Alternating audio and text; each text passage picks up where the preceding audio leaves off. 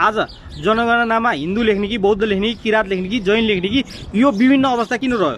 किनभने हामीहरूको जुन एकता थियो हिजोको सवालमा हामीहरूले हेर्ने भने यो प्रश्न नै आएको थिएन। आज नेपालमा हामीहरूलाई टुटफुट र विभाजन गर्नका निमित्त यहाँनिर विभिन्न नाम र उपनाम दिइरहेको छ। यो किन?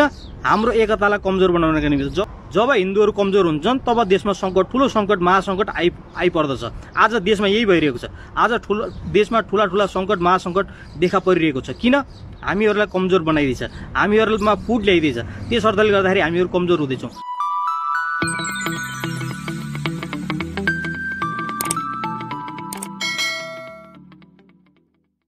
नमस्ते, सगरा नेपालदेखि म अमृत गिरी। आउँदो जनगणनामा नेपालको बहुसङ्ख्यक हिन्दू प्रतिशतलाई आज घटाउने उद्देश्यले विभिन्न षड्यन्त्रहरू भइरहेको छ। यो हामीलाई अवगतै छ।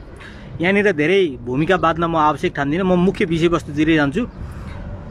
नेपालको मौलिक धर्म, संस्कार, संस्कृति भनेर चिनिने हिन्दू, बौद्ध, किरात, बोन, जैन यहाँदेखिबाट बाहेक छैन। यिनीहरूलाई आज कमजोर बनाउने मनस्थितिले धर्मको मलमा यो लेखौँ र ऊ लेखौँ भनेर यहाँनिर विभिन्न प्रचारबाजीहरू भइरहेको छ। म सबैभन्दा पहिले के भन्न चाहन्छु भन्दाखेरि अहिले सामाजिक सञ्जालले यस्तो अवस्था सिर्जना गरेको छ कि मान्छेहरू आफैलाई बहुत बौद्धिक ठान्दछन्। सामाजिक सञ्जालमा अध्ययनै नगरिकन आफ्नो मनोगत ढङ्गले व्याख्या विश्लेषण गरेर आफूलाई एकदमै विद्वान सम्झने यहाँनिर धेरै व्यक्तिहरू मैले देखेँ।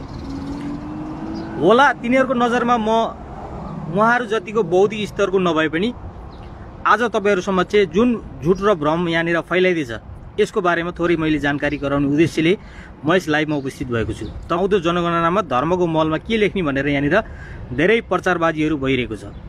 सबैभन्दा पहिले हामीहरूले हाम्रा बौद्धिक स्तरका धेरै गुरुहरू नेपालमा जन्मिए, धेरै गुरुहरू नेपालमा अस्ताए हैन। ती गुरुहरूले के भनेका छन् ती कुराहरूलाई मध्यनजर गर्नु आवश्यक छ। राष्ट्र योगी भनेर चिनिने, राष्ट्र गुरु भनेर चिनिने योगी नरहरिनाथले के भन्नुभएको छ? उहाँको विचार आज समाजमा, उहाँको विचार पद्धतिलाई समाजमा आज स्थापित गराउनु पर्ने स्थानमा उहाँको विचार आज बिल्कुल रूपमा पनि कसैलाई पनि जानकारी नै गराइएको छैन। यो हाम्रा गुरुहरूको पनि कमजोरी हो। नेपालका आफैलाई बौद्धिक स्तरका व्यक्तित्व भन्ने व्यक्तिहरूले आज राष्ट्रिय योगी नरहरिनाथका विचारहरूलाई किन स्थापित गर्नका निमित्त आफ्नो भूमिका प्रबल बनाउन सकेनन्, किन मजबुत बनाउन सकेनन्? ती प्रश्नहरू आज समाजमा विद्यमान छन्। योगी नरहरिनाथज्यूले भन्नुभएको छ कि हामीहरू बिल्कुल रूपमा पनि हिन्दू हौँ। यस कारणले हिन्दू हौँ कि हिम नदी अर्थात् हिमालय स्थानदेखिबाट चाहिँ दक्षिणको समथर भूभागसम्म जुन हिमालयको पानी बगेर गएको, त्यो हिम नदी बगेर गएको स्थान छ, यी सबै भनेको हिन्दुस्तान हो, अर्थात् हिन्दूहरूको स्थान हो। त्यस अर्थले गर्दाखेरि हामीहरू बिल्कुल रूपमा स्वतः रूपमा हिन्दू हो। यहाँनिर कसैले कुन नामले दियो हामीहरूको यो अर्थ यो विभिन्न कुराहरूमा जान आवश्यकै छैन के।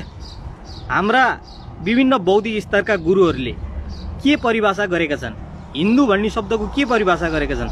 योगी नरहरिनाथको विचारलाई आज पाखा लगाएर हिन्दू भनेको कुनै व्यक्ति विशेषले, कुनै समुदायले चाहिँ हामीहरूलाई एकदमै तुच्छ शब्दले प्रयोग गरेका शब्द भनेर आज समाजमा एउटा भ्रम फैलाइदिएछ।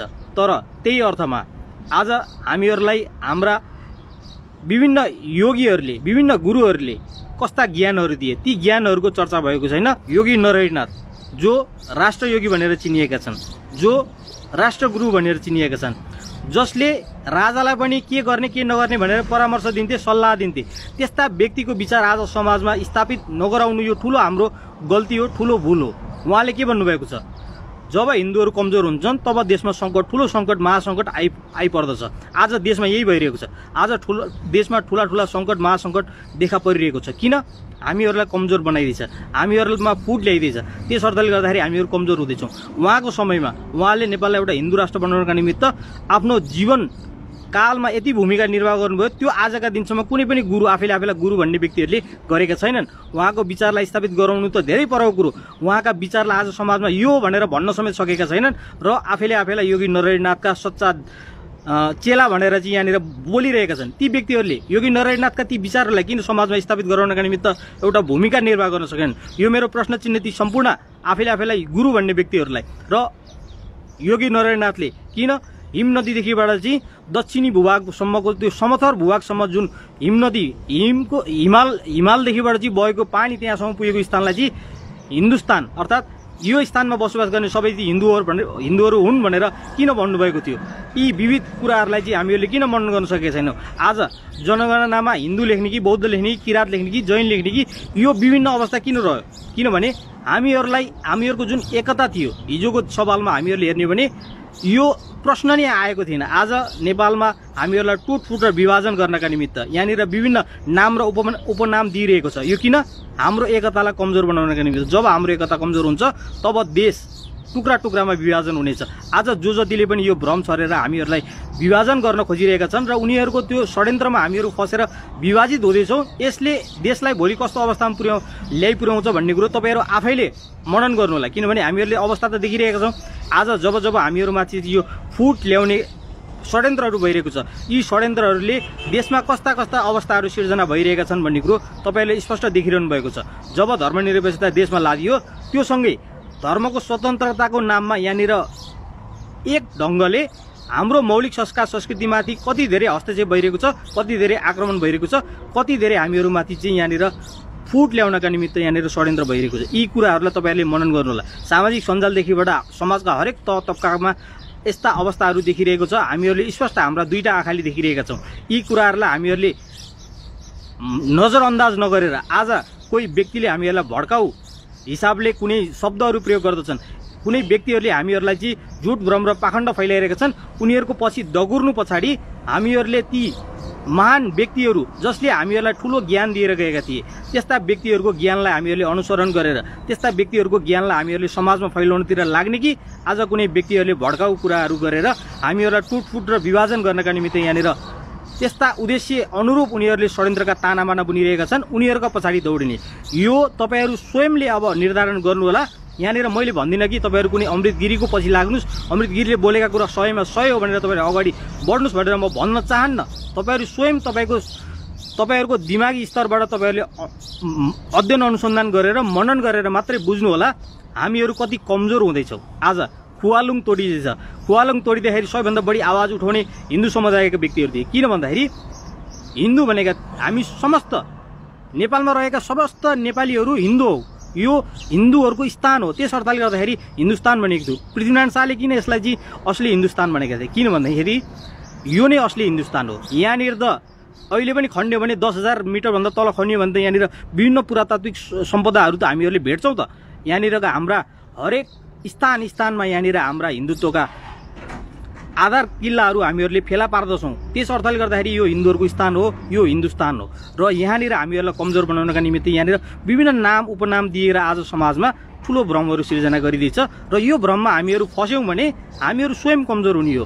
यो कसैलाई यसले घाटा या नाफा गर्ने होइन, सम्पूर्ण नेपालीहरूलाई भोलिका दिनमा कति धेरै हामी कमजोर हुँदैछौँ र भोलिका दिनमा बाह्य शक्तिले जुन किसिमको आज भित्री रूपमा चाहिँ यहाँनिर भित्रै ठुलो षड्यन्त्रहरू बुनेर ठुला षड्यन्त्रका तानाबाना बुनेर चाहिँ हामीहरूमाथि आक्रमण गरिरहेका छन्, ती आक्रमणका घटनाहरू भोलिका दिनमा हामी जब कमजोर हुन्छौँ नि हामीहरूले स्पष्ट हाम्रै आँखा अगाडि गर्नेछन्। यस्ता आक्रमणका घटनाहरू हामीहरूले देख्यौँ नि त हिजोको दिनमा जब बिस्केट जात्रा अर्थात् बिस्का जात्रा चाहिँ जुन प्रतिबन्ध लगाउन खोजियो त्यसका विरुद्धमा हामी समस्त नेपालीहरूले आवाज उठाएकै कारणले गर्दाखेरि आज बिस्केट जात्रा हुने भएको छ। त्यसै गरी खुवालुङका निमित्त हामीहरू सबैले आवाज उठाएका छौँ। त्यस कारणले गर्दाखेरि खुवालुङ जुन तोडिने कुरो थियो त्यो तोडिने कुरो आज सामान्य अवस्थामा चाहिँ सुनसान भएको छ। त्यो घटना त्यत्तिकै सेलाएको छ। सिन्द्र रथयात्रा तान्ने चाहिँ त्यो त्यसलाई बन्देज लगाइयो। विभिन्न घटनाक्रमलाई हामीहरूले हेरौँ, हामीहरू टुटफुट र विभाजनमा आएसँगै चाहिँ हामीहरूमा कति धेरै आक्रमण भइरहेको छ। हिजोका दिनमा त्यही किराँतीहरूको संस्कार संस्कृति भनिएको साकेला नाचमा तपाईँहरूले हेर्नुभएको भएन। यो घटना 1 वर्ष पुरानो घटना हो, तर पनि तपाईँहरूले यस घटना बारेमा आज पनि जान्न आवश्यक छ। साकेला नाचलाई हलेलुया गर्दै नाचेर किराँती धर्म संस्कार संस्कृतिमाथि कति धेरै हस्तक्षेप गर्न खोजेका थिए, कति धेरै आक्रमण गरेका थिए। यस्ता घटनाहरू त हरेक समुदायमा यहाँनिर घटिरहेको छ, हरेक समुदायमा घटिरहेको छ। यो तपाईँ या हाम्रो मात्र नभएर समस्त नेपालीहरूको चाहिँ जो जतिले पनि आफैलाई नेपालको मौलिक संस्कार संस्कृतिमा आफैलाई गर्व गर्नुभएको छ उहाँ व्यक्तिहरूले अनुसन्धान अध्ययन गर्ने र मनन गर्ने हो भने यस्ता आक्रमणहरू हामीहरूका समुदायमा धेरै भइरहेका छन्। यो किन भइरहेको छ? हामीहरू यहाँनिर विभाजित हुँदैछौँ, हामीहरूलाई विभाजन गरिँदैछ। हामीहरूले भन्दैछौँ यो किराँतीको संस्कृति हो, यो हिन्दूको संस्कृति हो, यो बौद्धको संस्कृति हो, यो बोनको संस्कृति हो। हामीहरूलाई यहाँनिर कित्ता काट गरिँदैछ र हामीहरू कित्ता काट भएसँगै हामीहरूलाई एक एक गरेर यहाँनिर आक्रमण गरिँदैछ।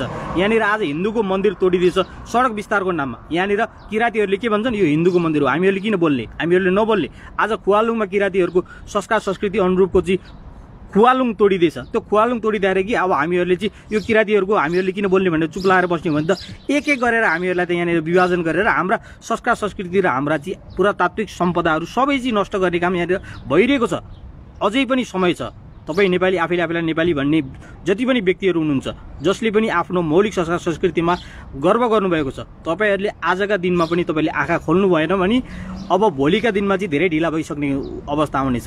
र यो जुन आउँदो जनगणनामा जुन यहाँनिर धर्मको मलमा के लेख्ने भनेर यहाँनिर ठुलो विवाद भएको छ। तपाईँहरूले निष्पक्ष ढङ्गले हिन्दूमा टिक लगाइदिनु होला।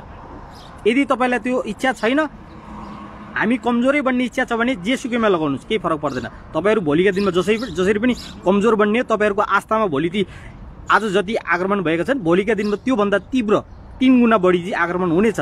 त्यतिखेर तपाईँहरूले सोच्नुहुनेछ कि मैले यो ठुलो गल्ती गरेको थिएँ।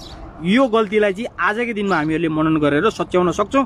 त्यस अर्थले गर्दाखेरि यस्ता सामाजिक सञ्जालमा आएर हामीहरूले बारम्बार भन्दै आइरहेका छौँ यहाँनिर ठुलो षड्यन्त्र भइरहेको छ। यो षड्यन्त्रको विरुद्धमा हामीहरूले हाम्रो आवाज बुलन्द गर्न आवश्यक छ।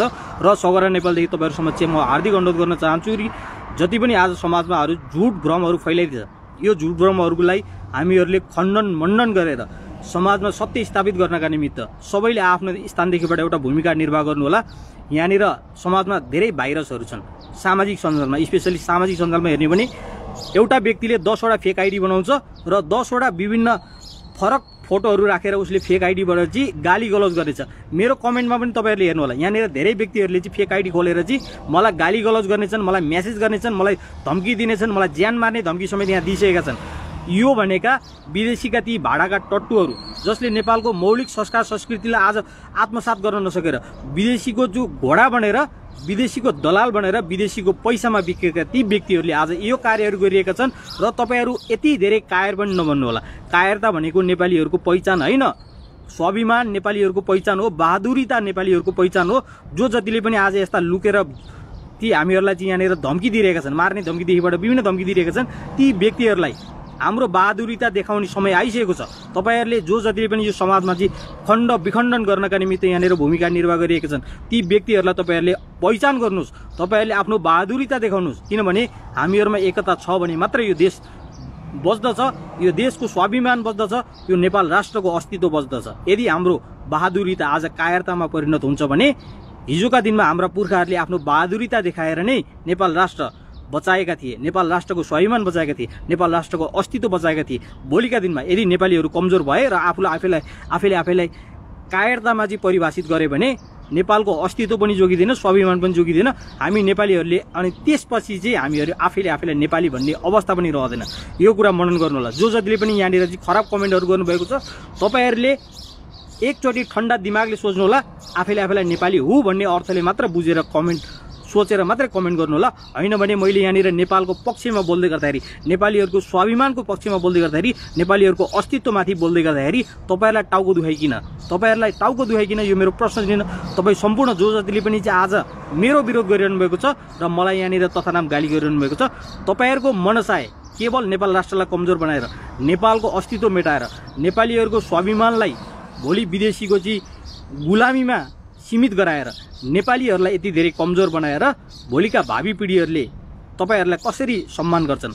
हिजोका पुर्खाहरूलाई हामीहरूले जसरी सम्मान गरेका छौँ, जसरी हामीहरूले गर्व गरेका छौँ कि हाम्रा पुर्खाहरूले हामीहरूलाई यो देश राष्ट्र, यो नेपाल स्वाभिमान स्वतन्त्र बनाएर चाहिँ हामीहरूलाई सुम्पिएका थिए भनेर हामीहरू जसरी गर्व गरेका छौँ, त्यसरी गर्व गर्न सक्ने अवस्था सिर्जना गर्नका निमित्त प्रत्येक नेपालीहरूले आज आफैलाई यो जति पनि आज चाहिँ कित्ता काट गर्ने काम गरिरहेका छन्, यो कित्ता काटमा नौब्याएर आफैलाई सिङ्गो राष्ट्र नेपालको म एक सच्चा नागरिक नेपाली हो भनेर चाहिँ सोचेर मनन गरेर अगाडि बढ्नु होला। तपाईँहरूको साथ समर्थन र हौसलाले हाम्रो अभियान सफल हुनेछ। राष्ट्र जोगाउने अभियान, यो राष्ट्रको अस्तित्व जोगाउने अभियान, राष्ट्रको स्वाभिमान जोगाउने अभियान सगरा नेपालले जुन गरिरहेको छ, यो अभियानमा साथ समर्थन र सहयोग गर्दै अगाडि बढ्नुहोस्। यो राष्ट्र नेपाल हामी सम्पूर्ण नेपालीहरूको, यो कुनै व्यक्ति विशेष, जात विशेष, धर्म विशेष या कुनै पनि ती समुदाय विशेषको होइन, यो समस्त नेपालीहरूको यो देश स्वतन्त्र राष्ट्र नेपाल, स्वाभिमान राष्ट्र नेपाल र विश्वमा एकमात्र छुट्टै अस्तित्व पहिचान स्थापित गर्न सकेको नेपाल राष्ट्र हो। यसलाई स्थापित गर्नका निमित्त आफूले आफ्नो भूमिका निर्वाह गर्नुहोला र आउँदो जनगणनामा स्वतस्फूर्त ढङ्गले तपाईँले हिन्दूमा टिक लगाइदिनु होला, किनभने यो हाम्रो पहिचान हो। हामी नेपालीहरू हिन्दूहरूको देश हो, अर्थात् यो देशमा बस्ने सबै व्यक्तिहरू हिन्दू हुन्। यो धर्मको कारणले गर्दाखेरि होइन कि यो स्थान नै, यो स्थानमा बसोबास गर्ने हर कोही चाहिँ हिन्दू हो। त्यसर्थले यसरी मनन गर्नु होला। हस्त नमस्ते। जो जतिले पनि यो लाइभलाई चाहिँ पुरा अन्तिमसम्म हेरेर साथ समर्थन गर्नुभयो तपाईँहरू सम्पूर्णमा हार्दिक आभार र जो जतिले यसलाई मनन गर्नुभएको छ सक्दो सेयर गरेर सबैमा पुर्याउनु हुन पनि हार्दिक अनुरोध गर्न चाहन्छु। हस्त नमस्ते। ओम जय सनातन।